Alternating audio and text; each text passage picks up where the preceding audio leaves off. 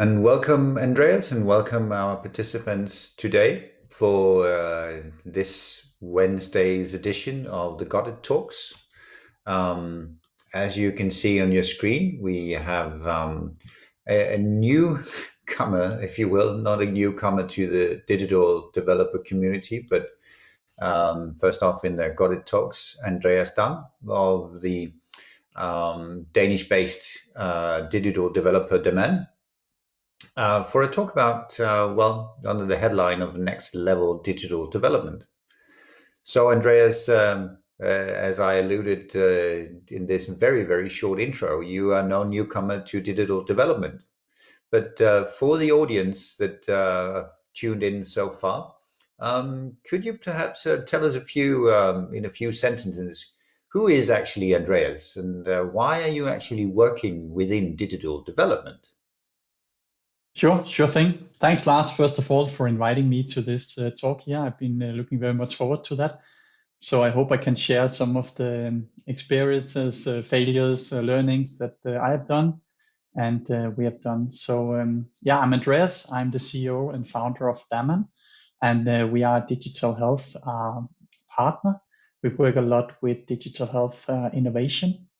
So personally, my background is actually from computer science. Um, and by coincidence, actually, I ended up working in the pharmaceutical industry. And it was first later I realized, well, actually, I'm out of a healthcare family. So my mother is a nurse, my sister is a doctor, and my wife is a doctor. So in that sense, it's really, really close to my heart to bring in digital technologies to advance and improve our healthcare system. And I think there is so much opportunity in the right bridge between technology and human beings in the sense of people living with certain diseases and also within the healthcare system when we talk about healthcare professionals. So, if not necessarily that there was a watershed moment, but originally you didn't think about becoming a digital developer per se, but you must have had a passion somehow for health, working in pharma. Was there an aha moment where you thought, well, this is where I can Um, make? Yeah, it's a good question, and thanks for asking us. Actually, there was some point, I think it was in my early 30s, I was not so motivated anymore, and I did a real deep dive on a very special course in inner management. Um, and then I really realized what is important to me in my life and where I would like to make an impact. And professionally wise, it became very clear to me that I feel so fortunate about the society that we have, at least in the Western world. However, when people are hit by some kind of disease, it's really, in most cases, it's has a really, really huge impact on their life, their quality of life. So that's where it became really clear for me that this is sort of my life passion, at least professionally, to try to bring forward better healthcare through digital innovation. So I hope someday on my graveyard it can put just a small sentence that I had some kind of impact to improve the lives of those living with a disease. That would make me really proud, at least. Yeah, speaking of that, then, I mean, digital development, digital tools, it can be a sort of a fairly huge area to talk about, but without necessarily providing you with an excuse to give us your elevator's pitch about the qualities of your products.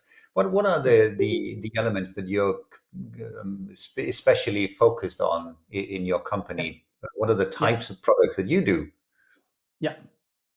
Yeah, so we are working on a number of different quite exciting things. In some areas, it's really early days for us, and in some areas, we can see we have more traction. So I think I would highlight two areas that we focus a lot on right now.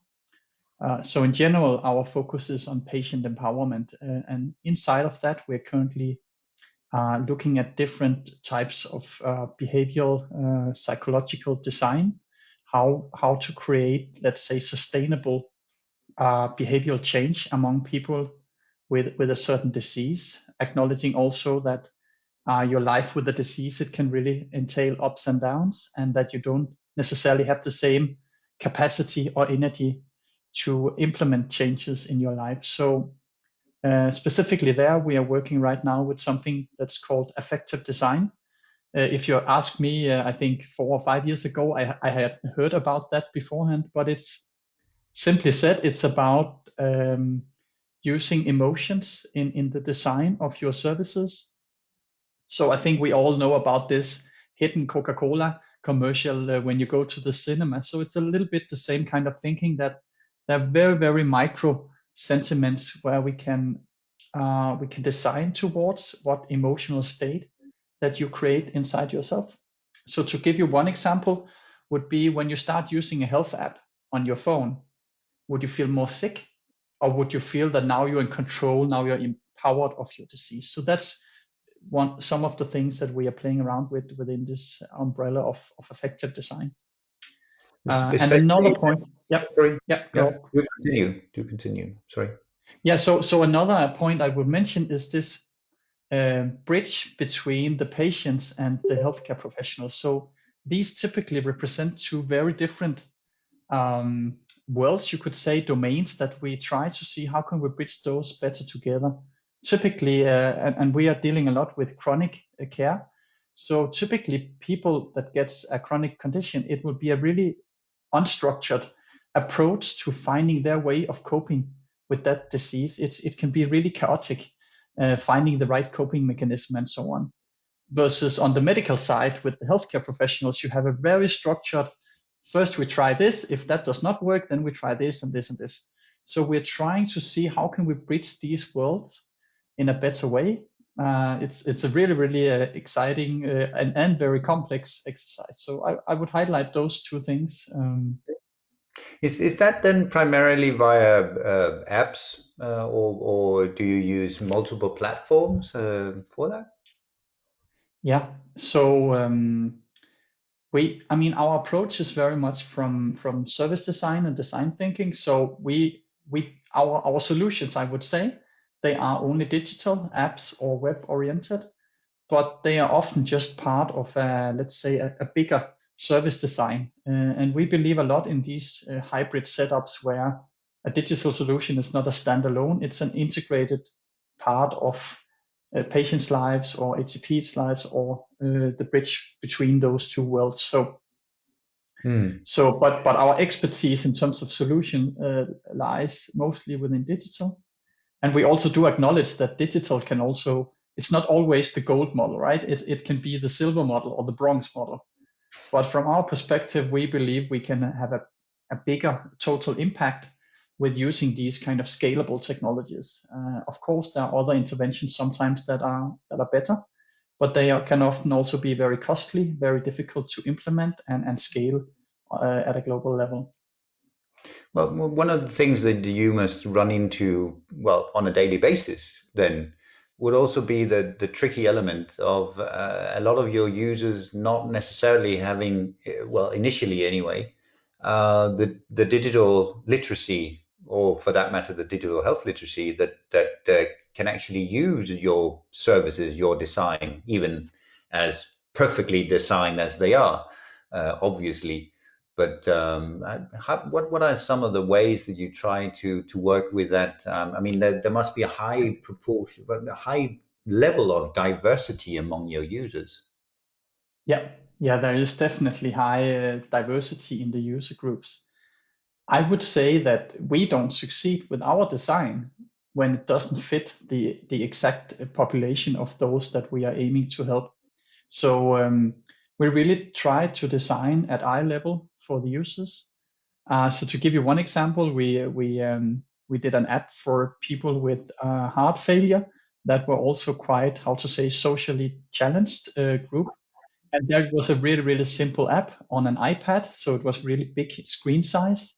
And there were just three different stages or three different colors like red, yellow, or green that would indicate what the user should be doing. So we try to design right.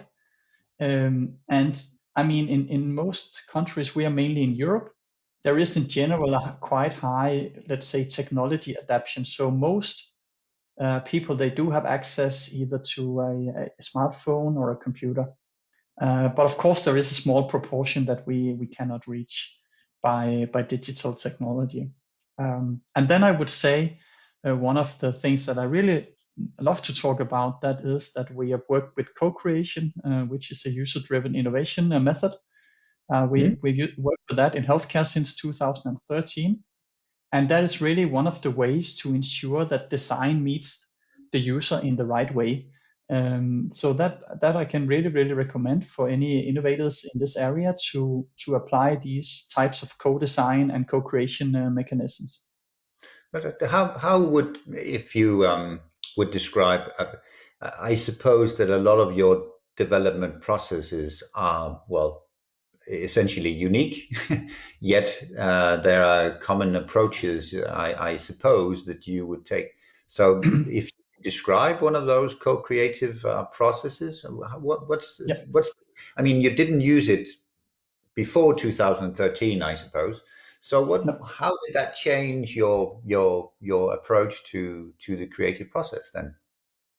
Yeah, exactly. So I would say beforehand, we have been part of, so we have been in this business area, I could say, since 2002. So from 2002 until 2012, 13, we did a number of projects, and some of them failed big time. Some of them we were really surprised that they failed. So we started looking at, okay, what those projects that succeeded better than others, what was the difference? And we saw this really strong involvement of both patient side and healthcare professional side was one of the points that stood out. And we also saw this kind of more iterative way of working. And that's another input I would share is that looking towards, let's say, innovation methods where you can reduce waste. For instance, a lean startup is a good example there. So first of all, it's actually acknowledging that you're doing innovation and that not many people succeeded on this path beforehand, where you are currently going. So that's the principles I would say. And how we typically do it is that we start actually very early with gathering a group of people for a co-creation steering committee. And typically we have patient organization, we have patient representatives, we have healthcare professionals, specialists, nurses, GPs. And then we start working on defining what we call a shared vision. Often we are also brought in, could be by a pharma player or by healthcare providers or, the Ministry of Health or whoever it may be. And they often have an agenda too. So we try to find the fine overlap between all these different stakeholder groups. And from that, we formulate this shared vision. And then we work from that shared vision in trying to make progress on the journey for that vision in the sense of first understanding the true problem. If we look deeper, not looking at patients as a user, but looking at them as a human being. So what is it on a deeper level that is causing a certain behavior that we want to change? And the same, we do that on the healthcare professional side. And then based on that, we try to map that into solution ideas. We bring that to the steering committee. They will give thumbs down to some of the things, and hopefully there will also be some parts where they will say, okay, this looks really promising. And then we move on from there to doing the first product experiment. And that's where we are still practicing how quickly can we go there within this very regulated space. But we try to come out as quickly as we can with some intervention to see how it really flies in real life. Because I would say co-creation is great, but it's still only asking people. So what we want to test is true behavior. So it's not so much about a doctor saying these are the needs for me, these are the needs for my patient. That's fine, but we need to see in real life what is then their behavior when they start using a product. Because very often, that's when I do also sparring with other startups and so on, we are always onto a need. The question is just whether it's a nice to have need or it's a really need to have. And if it's too much of a nice to have, you just risk that you are not getting the adoption and becoming really standard of care in the healthcare system. So, but even so, in the way that you describe it, using the co-creative method is in a way also for you as a company really a game changer in well, reducing failures. So it's also a strong element in just simple growth policy, company survival, maybe. Definitely. I hope. Definitely. Since you're here, I can tell that some of your big failures weren't big enough since you're still here. But of course, it must have been a huge challenge early on to fail too often. So the co-creative process becomes a sort of a very integral part of your corporate strategy, I suppose. Then. Yes, for sure, for sure. And I think that the part where we are still how to say, where we are still working on it is the communicative part towards the healthcare system and Mhm. also towards industry players that we often work with. So to give you one example, inside the healthcare system, or if you ask my wife, she's been trained for a zero fault, zero mistake kind of culture, right? That's when you do medicine. You can never fail there. And it's very, very tricky then to come in as an engineer with these new technologies and say, hey guys, if we don't fail, we wasted too much time in the lab. We have to fail fast, and then we learn and we iterate and we pivot if we are on the wrong direction, but we need to learn fast. And if we don't fail, we basically not going to the edge, but also not doing it quick enough. So it is a cultural shift in that sense inside the healthcare system. And also, for instance, when we're working with the pharmaceutical industry, they are also a very risk adverse organization. So we're trying to help them sort of be innovative, but still within a safe playground, you could say. And that's an ongoing exercise for us because it's not the innovation we can drive on our own does not yield the impact that we really want to see in our society. So we really, really need also to help these big players in the ecosystem to transition their mindset about how they approach innovation here. Would you say perhaps then that the users are more, I mean, the end users, that they are more positive in a way towards that sort of trial and error process, whereas the professionals who are, mind you, also users, that they are more cautious. So you have a positive side of the real people looking out to find benefits, and the other ones, well, they are making micromanaging an existing, well, daily profession. Yeah. Um, So, so so maybe, uh, yeah. it's a really good point, Lars. I would say that I mean, people with a disease, you have them in every corner as well, right? So there are some very skeptical and there are some very pro, and you also have that within the healthcare professional segment. But I would say in general that I think it is a challenge that the culture and the power actually that we have on the, let's say, the physician, the doctor level in our healthcare system, that it doesn't really call for much innovation there, because often the things we are addressing here is maybe not very, very high on the highly incentivized or very high on the agenda of the HCPs. Also due to the fact that we have been pushing for increased efficiency. So most healthcare professionals, they are running just to survive the day, not so much looking at how they could do things smarter in a bigger perspective. And this is of course put a little bit black and white, but I do think there is something we should work on there culturally. Mm. And of course, there's also other good reasons to this, right? So again, if you've been to medical school, you've done a lot of research and so on, you've grown up in this environment where we need science and evidence and data and big clinical trials. behind every decision we make to apply new types of treatment, new types of interventions, and so on. And I think that's really good. So it just takes some time to provide this kind of evidence and data from these new emerging technologies, and that is potentially slowing the innovation speed down. But on the other hand, it ensures that like the efficacy, and there are not any like side effects from these digital mode of actions that we bring in, and so on. Hmm. But speaking of course, challenged professional, the healthcare professionals, Yeah. that have definitely also, I mean, they've had their simple challenges or even advanced challenges the last 18 months or so. Yes. Um, Yes. so both for your co-creative process, I suppose, but also for the individual needs that were Yeah. there. How Yeah. have they shifted? I mean, is it easier these days to try to work with digital innovation, or has it actually been harder because they have less time to actually do it? Or how would you Yeah. Yeah. Yeah. describe? Yeah. Yeah.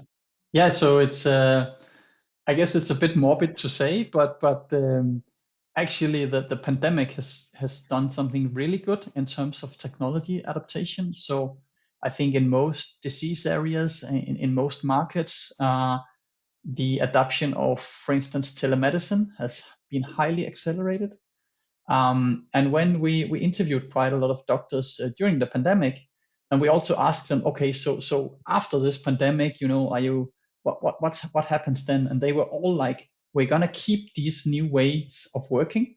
We're not gonna go back or revert back to the old traditional way of bringing in every patient every time we need to look at them or speak with them. So I think in that sense, it has really, really moved a lot. And the funny thing is when I speak with a lot of the specialists, they always say, or they used to say before the pandemic, like, yeah, it makes sense to do remote consultations within that other specialty area. But in my specialty, I need my patients in because I need to look at their skin or I need to feel their joints and so on. Now it's a very different story that we hear. So it's going to be interesting to see what happens then in the next 12, 24 months. I hope we don't revert back to how it was beforehand. And then to specifically on co-creation. So we've been conducting virtual co-creation now and use tools like Mural and so on that you're maybe familiar with, and it Hmm. works fine. But honestly, it's not the same like when you bring people into the same physical room and so on. So we also are looking very much forward to run more traditional face-to-face co-creation sessions again. But you're not saying, Andreas, that co-create, sorry, digital means of collaboration works in other specialties, but not in yours. That's not what you're saying, right?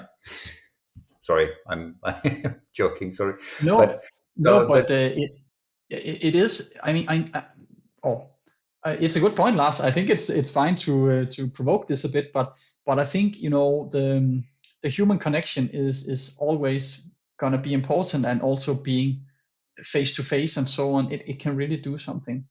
hmm. On the other side, there's a lot of how to say, some consultations, for instance, could easily be skipped. So there was more time for other people to come into the hospital. And honestly, I think it's better sometimes to have a really good face-to-face meeting where you have the time and you feel that you are being seen and heard as a human being and that you're not just a number in the queue. That's better than having to rush in for very short conversations and then you're out again.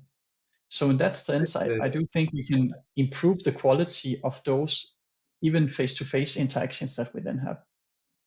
A matter of being better at differentiating between when the human connection really makes a difference and when it could have been differently.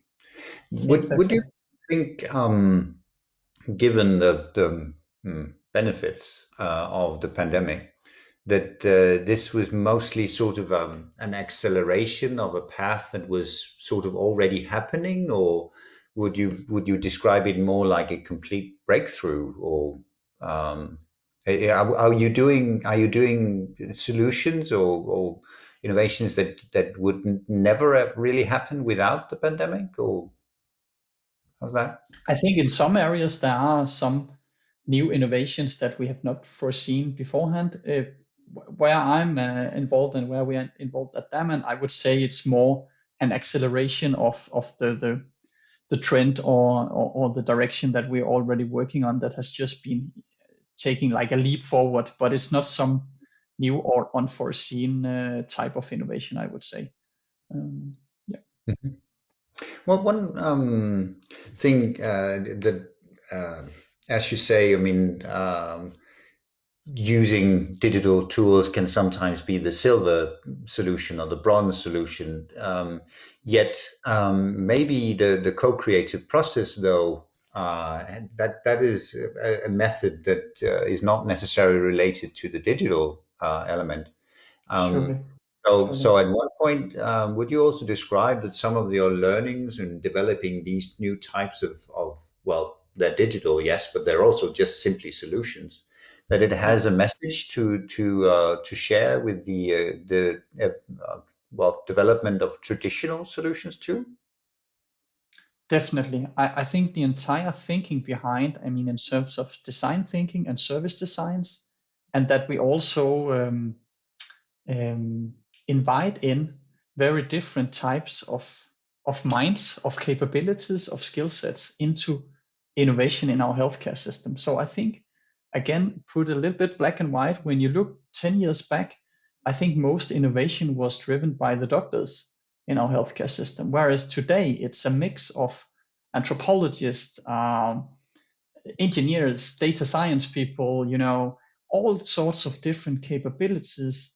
And when they collaborate together, we can create much better innovations and much better care for those that we are trying to help, because Mm. we come together as a more interdisciplinary team. So I think that's one of the huge nice things that we see these years, is that it's no longer, let's say, only a medical skilled person that's to innovate. It's more of an interdisciplinary team. And I think that's being acknowledged in many areas. I work now with a lot of doctors that really love those anthropologists' work, for instance, in really getting deep dive understanding. We're also on a project now where it's also integrating some priests in the work. When we discuss existential topics, it's not something that is really, really easy to handle when you are a doctor or even when you are a nurse. So why not involve those people that are really taught and are really experienced and experts in the field of talking about what happens when I'm going to die, what happens now to my new identity, or how do I figure out my new identity after being hit by this disease that's going to radically change my life, and so on. So I think there's a lot of interesting stuff going on, which is nothing about the digital technology, but about in general combining different types of minds and capabilities in innovation. What would you then say, having a more interdisciplinary approach that can really boost a different way of working? What are some then of the key barriers in front of you now? Because interdisciplinarity was certainly one of those issues, and I don't think that you necessarily said that we solve that interdisciplinarity issue once and for all, but at least No. have taken some huge strides. But what are some of the other barriers that you see? Lack of resources, lack of resources for implementation, or is it sort of a wider uptake outside the traditional healthcare sector? I mean, as a well, you're a salesman also, so where where do you find the challenge in making those sales? Maybe. Yeah. Yeah, so from a sales or let's say a commercial standing point for us as a digital health innovator, I would say that the business models, or let's say the lack of or lack of maturity of business models, how is the healthcare system to buy or procure these kind of things? I think that's a barrier. Hmm. Um, there are some, let's say, front runner examples, for instance, in Germany, where there's this DiGA system where you can get app reimbursement. But what has still not been figured out there is that the go-to-market model. You still, as a digital health scale-up, would need to convince every doctor in the German market to put your app on the prescription towards his patients. So it's still a very, very heavy go-to-market model. And that I think we should try to avoid, because if we go down that route, we are similar to a pharma company, and we know how expensive that is. And there we would then need to charge a really high price for our services if we are to drive this huge go-to-market activity and implementation. So that's the one thing. From a commercial point of view, I really hope we will find some good ways in in being ambitious and daring to try some new models out and then evaluate after a few years. So that's on the one side. And then I think to me, another barrier in general is the incentives for instance, the doctors to start using these new tools. This cultural shift or this cultural change, what can trigger that or what can accelerate that? I think that's also what we should work a lot on, because I think today it's often limiting that, and there are a lot of really amazing healthcare professionals that takes on new technology because they're really curious and they spend their spare time or they put in some extra hours at work to see how they could apply this technology, but they are not so strongly incentivized often, I think. And that's also a bigger transition in the culture. So when we speak of patient empowerment, when you give more power to the patient, what then happens, right? So it also has an impact on the role between the patient and the healthcare professionals.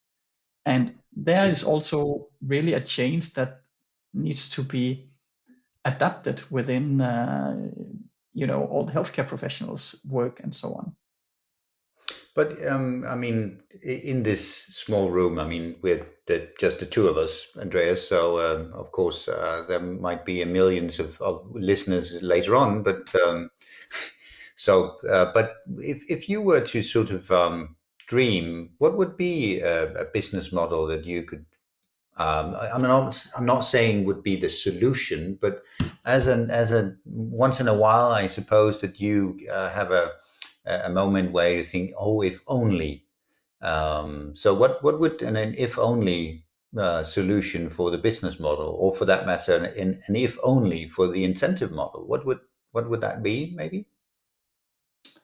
So I would love to see that we accelerate further, let's say, different business models. Also, for instance, combining digital technology with medicine and so on. And in terms of value-based healthcare, where we also look at business models that goes beyond just providing medical value.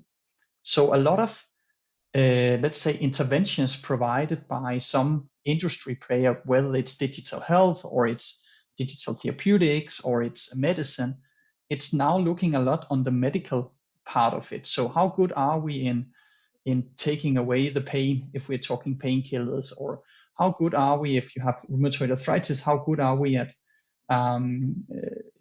letting you live without pain in your joints and so on?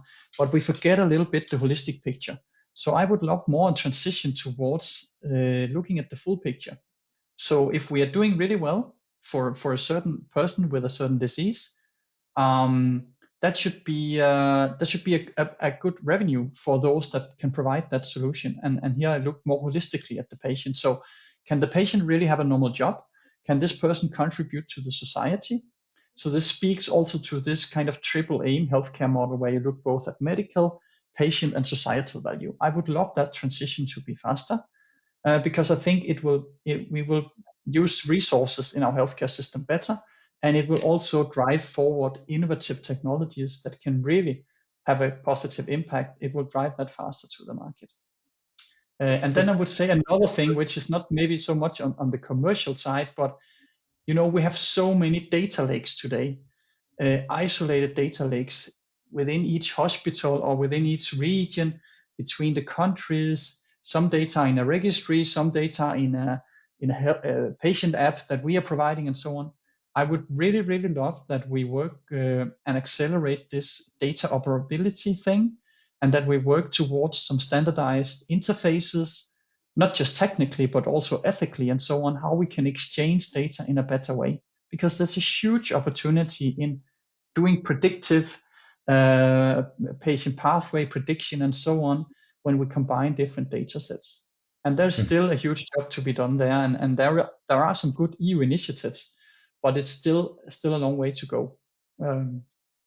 But for the business models, then Yeah. maybe is it part of the challenge or the problem that if you look at the business model only within the scope of the healthcare system itself, then it can be tricky to find actually the revenue streams that will fuel this. Is it maybe that we have to actually find a different way of using, for instance, employment or social funds?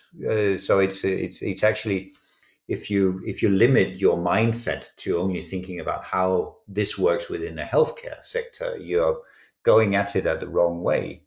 And I maybe think both. I think you can also just look at the healthcare sector, but it is, of course, so the business model today, a certain person has a disease.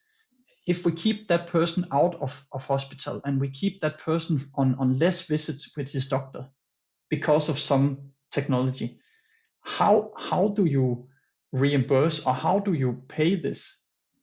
Even there, I think we are lacking the models right now.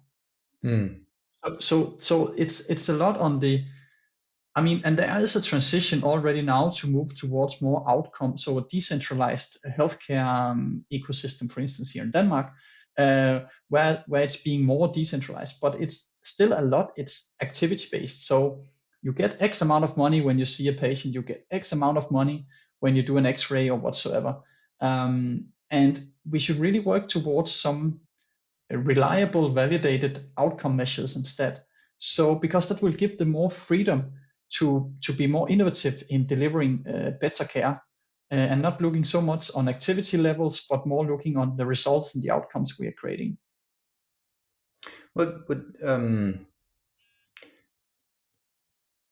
Would you say that there's, I mean, one thing is that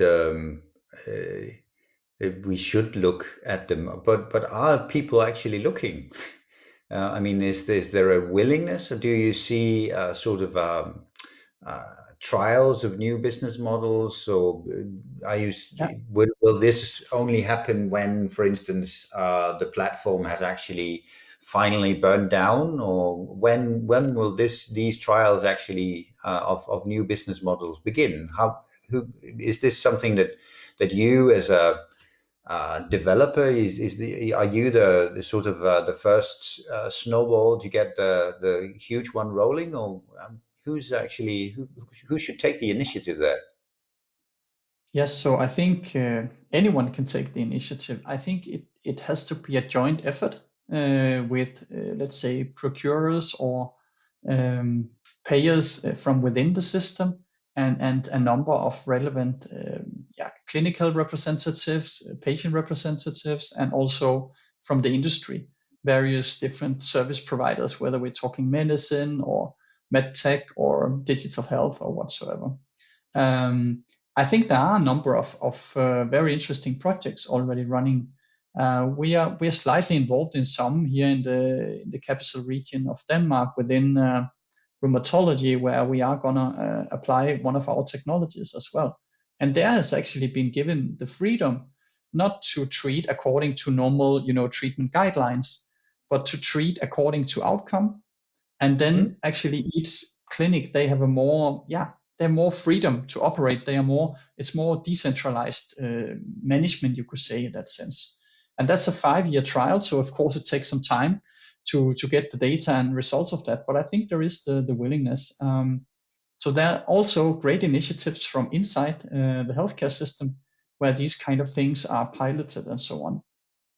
I still think it's just to acknowledge that it is also very complex, and we have to acknowledge that from within the healthcare system, you want budget control, not necessarily to just reduce budget, but you want budget control. And when you completely shift your business model or your way of procuring, you're of course worried if this could entail some how to say, different resource consumption that you had not foreseen or had not expected, and you're very worried to not be able to manage your budgets and so on. Well, yes. A key challenge to a new business model is, of course, the revenue streams will, well, change. Exactly. Exactly. That's sort of the essential part of it. But yes, true. If you're risk adverse, then that's a true challenge. Isn't it also then maybe a challenge? I mean, um, even with your good initiative and sort of 20 years of running your business, um, there's also a huge diversity in the size of the players out there doing healthcare solutions. Yes. Um, isn't it sometimes also maybe a challenge of working with a dedicated mindset of building quality in a slow co-creative process when at times people can, I don't know, Google something and find an app from some foreign provider that can, or at least claim that they can do some 70, 80%, or sometimes even 150% of what you know is possible. How do you work with that, deal with that? Is just to keep positive mindset and keep adding quality to what you do, or how do you solve that Yeah. challenge? So yeah, I think I'm so by person I'm not so good at always looking at what is the competitiveness in the market and then who is gonna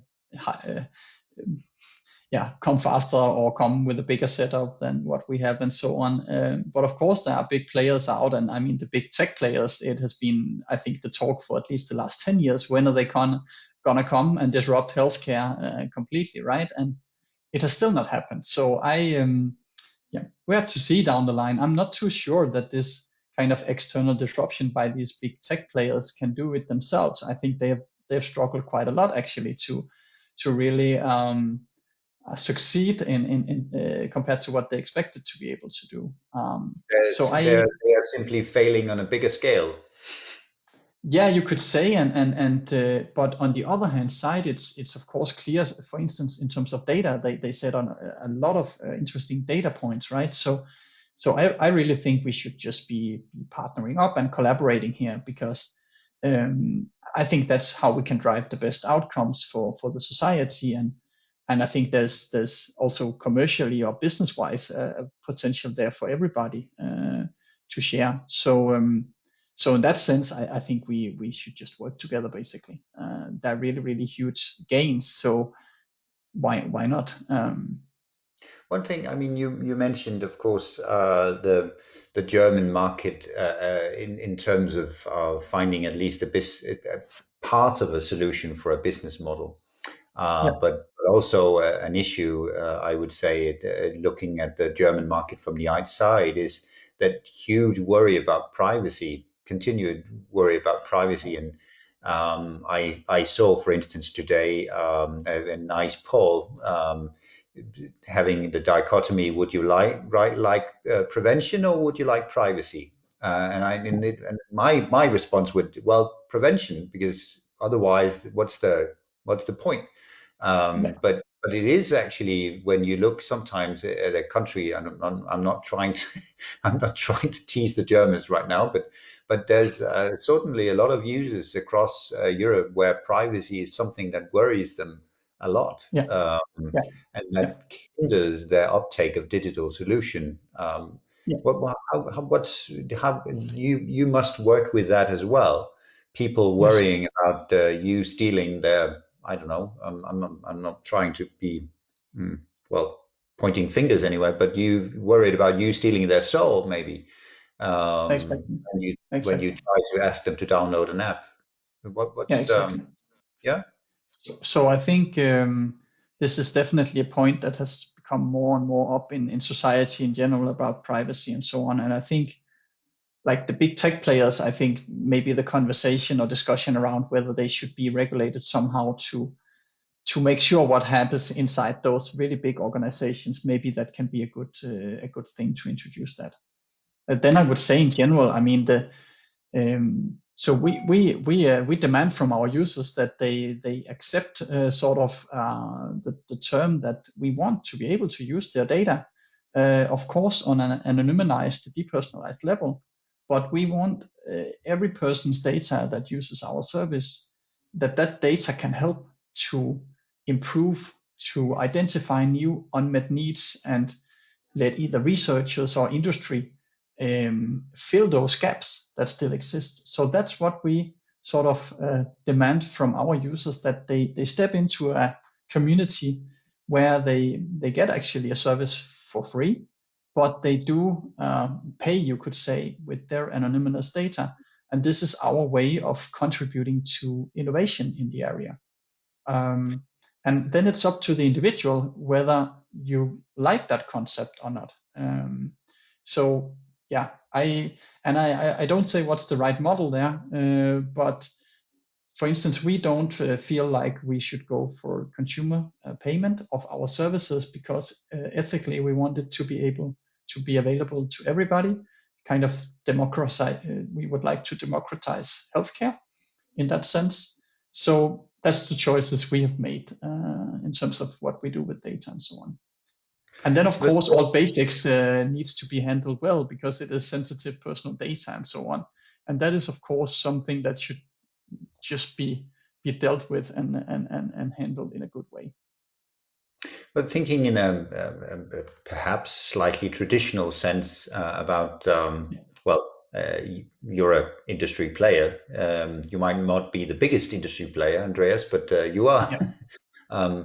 Is sort of a need for more regulation, more guidelines, more? Is that sort of the path forward, or is it more about an openness to discuss the existing regulations so that we have a common understanding of why they're there? Or Yeah.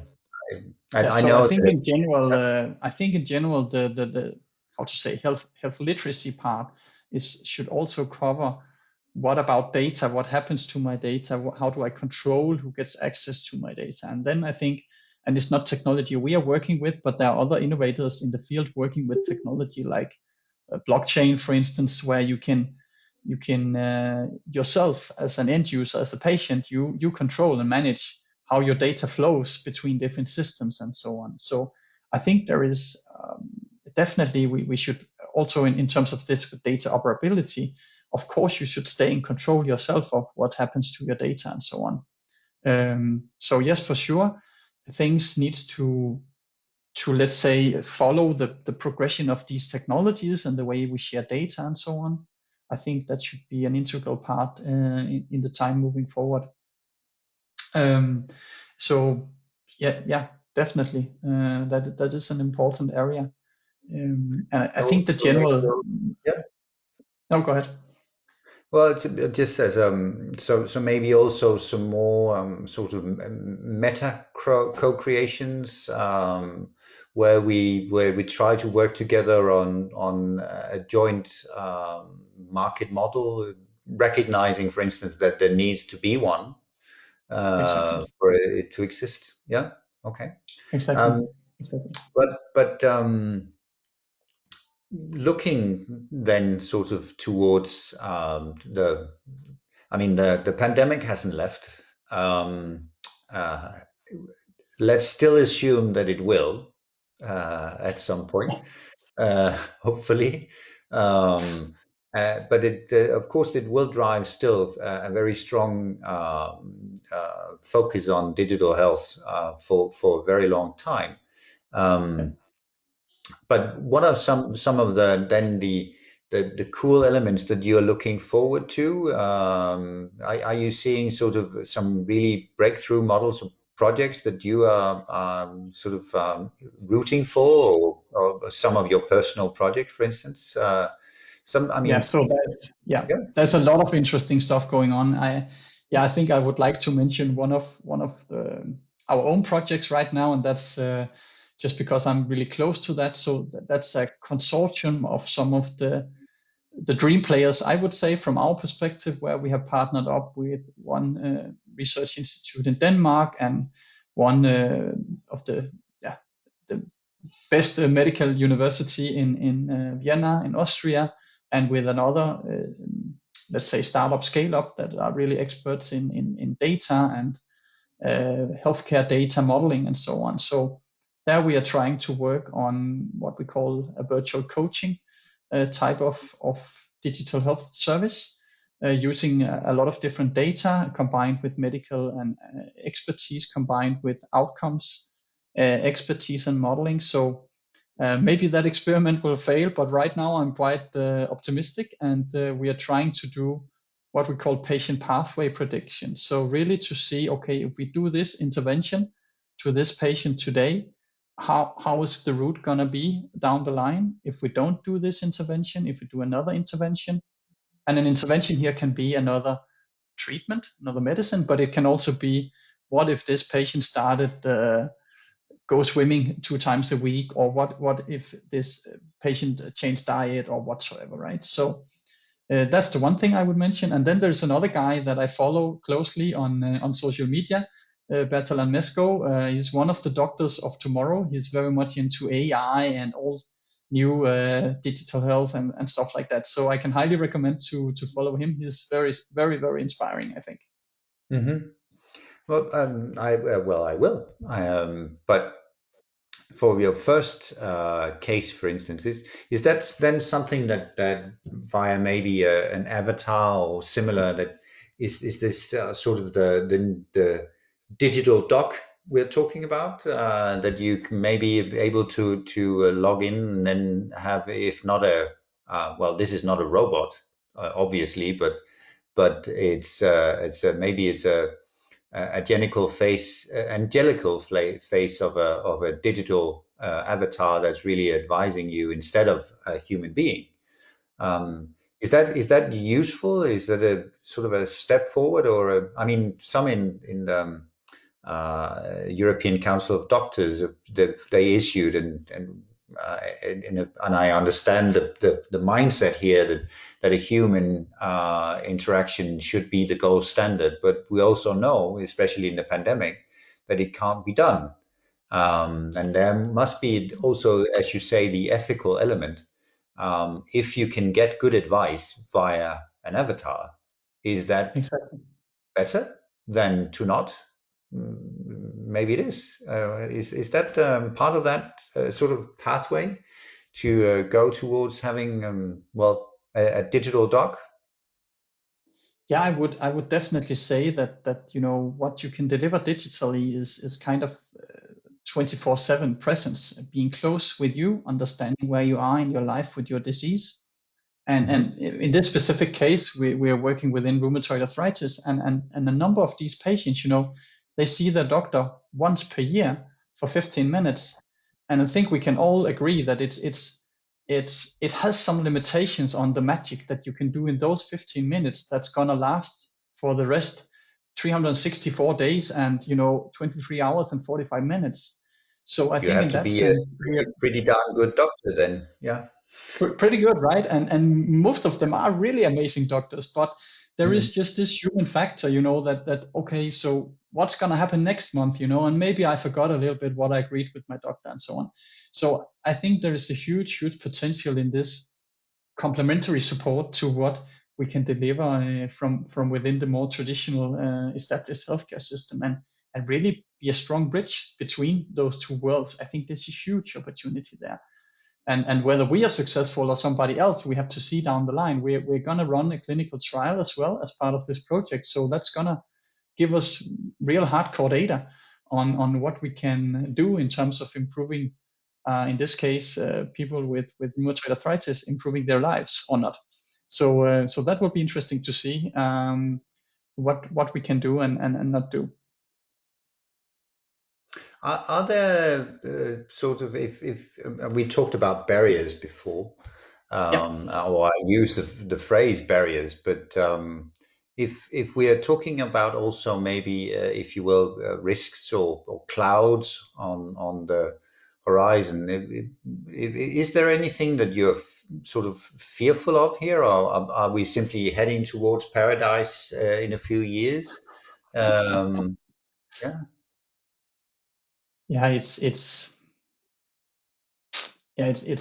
a good question. What I think it's back to me to this around the business models, and then I think that this culture or power shift from, let's say, an expert decision model to a more of a shared decision making model, where it's both the patient and the HCPs that agrees together.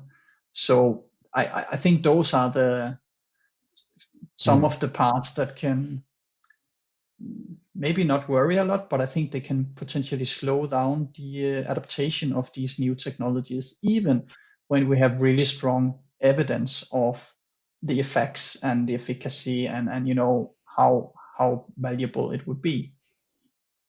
So worries, for instance, I know some would be worried, for instance, about let's say, and I'm not pointing again, I'm not pointing fingers, I'm just stating that, for instance, solutions coming out of Tencent or solutions coming out of Alibaba or Amazon, big IT coming with maybe huge data sets, fairly good solutions, maybe not with the same quality to it, but still from a sort of an unregulated market model, some of the same challenges that we see, for instance, within the food industry or otherwise. You have well-regulated players or developers within the EU, maybe, and then you have well, not so regulated. Is that not a worry for you, or will Darwinism, I mean, quality over and thus outcome over quantity, would that prevail? Good question. Again, I think from a European perspective, we have quite nice regulation, both in terms of GDPR, in terms of privacy, and also globally, there's quite good regulation in terms of medical device. So as soon as you become, let's say, a more sophisticated digital health service, you fall under the umbrella of a medical device, and there is quite clear what is required. And I think, and I expect the authorities to step in if any player do not live up to these regulations. So I feel confident that we have authorities in place to monitor this and to take any actions needed if that is not the case. And yes, of Hmm. course, if you ask me personally whether I would prefer some service provider where the data resides in Europe versus in China, I would prefer Europe. So of course there is something about this with where does our data go and so on. But again, I think the technologies can advance. So maybe it's even going to be a decentralized data model where the data sits with me, or that I have the ownership, and we don't need to worry so much about these Hmm. um, risks that we think of today, because I think they're going to change also as the technology changes. Would this be one of those rare cases where you, as an industry player, actually is that you are very appreciative of more regulation from? I'm well, maybe I'm trying to tease you, but it would be a common trope, I suppose, that you see industry calling for less regulation, but in this case, maybe you're calling for more. Mm, I think we have to be really careful with the regulation as well, because often the regulation is slowing down the innovation speed or slowing down the hunger to do innovation. So we have to keep a close balance on that all the time. And I would say, for instance, taking the FDA in the US, they took the courage actually to say that we won't regulate in the very traditional way when we're talking medical devices. Instead, because to give you one example, when you have a service benefiting from artificial intelligence, how do you validate that? How do you, Hmm. because it's not a stable system, right? It's a learning adaptable system. So how do you validate that? And they took the courage to say, we don't expect to validate something that is anyways a dynamic thing. Um, so instead, we are providing a different paradigm or a different model where we're gonna look at your processes in a company doing programming algorithms and using these different types of AI. So I think that actually we need those bodies to follow the technology and always keep the balance between innovation speed and the benefits of these new innovations versus the risk that we also induce or that we take when we maybe move fast and don't control everything 100%. Very good advice indeed, Andreas. It was a pleasure to talk to you today as part of the Got-IT Talks. And I look forward to following both your innovations and maybe your digital doc can be one I can use at 1.2. But thank you very much for being part of the Got-IT Talks, and to our audience too. Thank you for listening in, and I look forward to seeing some of you again next Wednesday. So thank you for this talk, Andreas. Thank you. Thank you very much, Lars. Bye bye.